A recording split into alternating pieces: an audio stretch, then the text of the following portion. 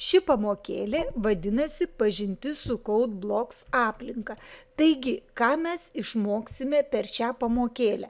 Per šią pamokėlę mes išmoksime sukurti programos šabloną. Programos šablonas tai pati paprasčiausia programa, kurią kiekvieną kartą atversime pradėdami kurti naują programą. Taip pat mes išmoksime išvesti tekstinę informaciją į kompiuterio ekraną ir išmoksime tai atlikti naudodami išvesties srautą CAUT. Taigi, mūsų užduotis. Pirmoji užduotis – sukurti programos šabloną. Antroji – sukurti programą, kuri ekrane parodytų iš žvaigždučių sudarytą ornamentą. Truputį panagrinėkime ornamentą.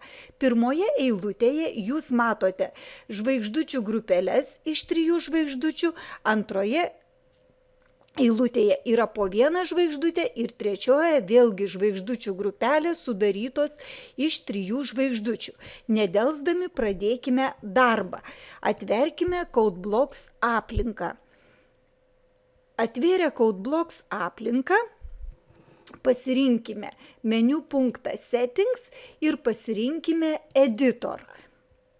Tuomet suraskime Default Code.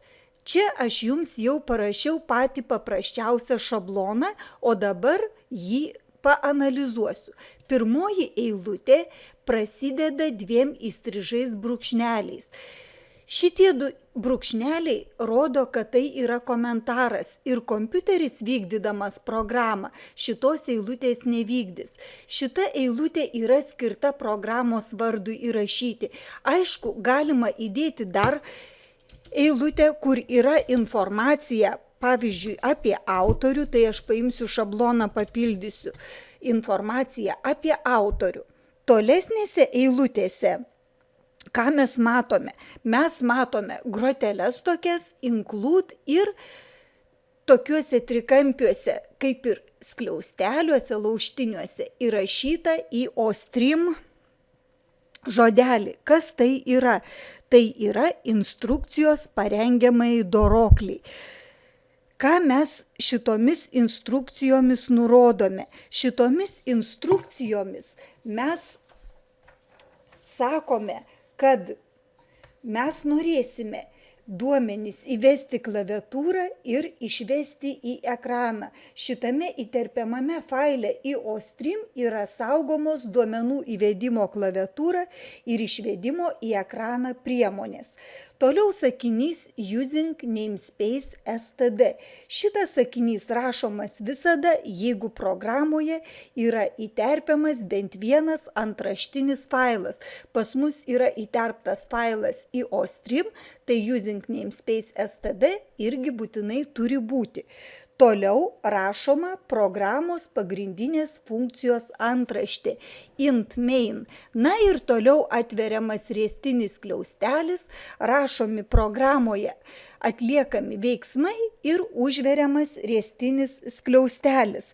Dabar sakinys return 0 nurodo pagrindiniai programai baigti funkcijos main darbą. Na, parašėme šabloną, patvirtinkime OK ir galime eiti toliau. Sukurkime naują programos failą. File, new file. Tuomet pasirinkime, kad mes kursime C++ programą ir einame toliau. Na, toliau vėlgi renkamės, kokią kalbą programuosime. Mes programuosime C++ programavimo kalbą. Toliau eikime, mums dabar reikia pasirinkti, kur mes išsaugosime savo sukurtą programą.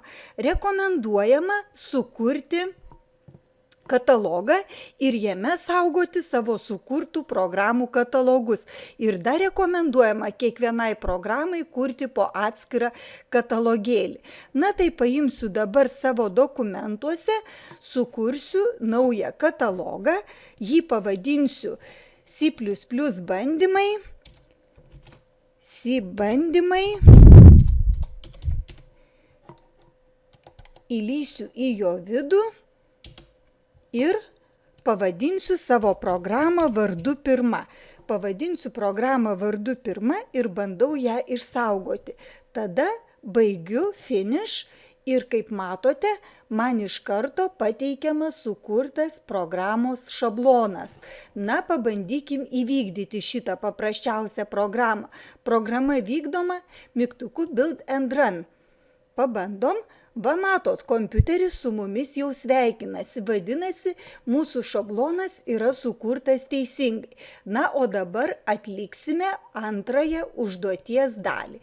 Programą pavadinsiu vardu ornamentas, kadangi mūsų prašė išvesti į ekraną ornamentą.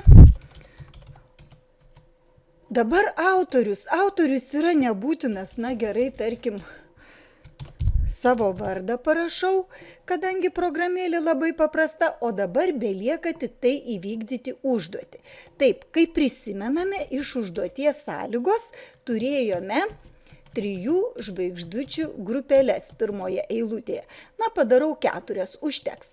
Tada antroje eilutėje vėl rašau South ir vėl kabutėse rašau 1 žvaigždutės grupelės. 1 žvaigždutė, dar 1 žvaigždutė ir dar 1 žvaigždutė, na ir dar 1 žvaigždutė ir dedu vėl endline. Endline, manipuliatorius endline perkelia žymeklį į kitą eilutę. Po to galėsime pabandyti, kas būtų, jeigu to endline nebūtų. Na ir pabandom paleisti vykdyti šitas 2 eilutes. Kaip matote, ornamentas formuojasi labai gražiai.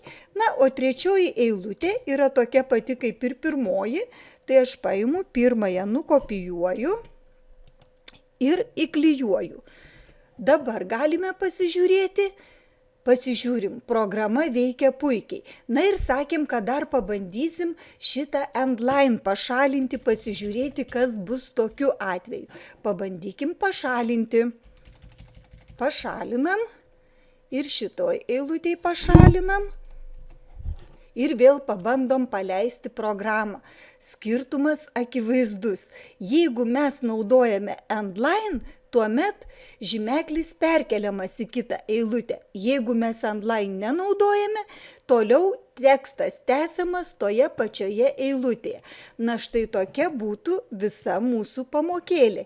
Tikiuosi, kad supratote viską ir toliau programuoti jums seksis lygiai taip pat gerai, kaip ir šiandien. Ačiū už dėmesį.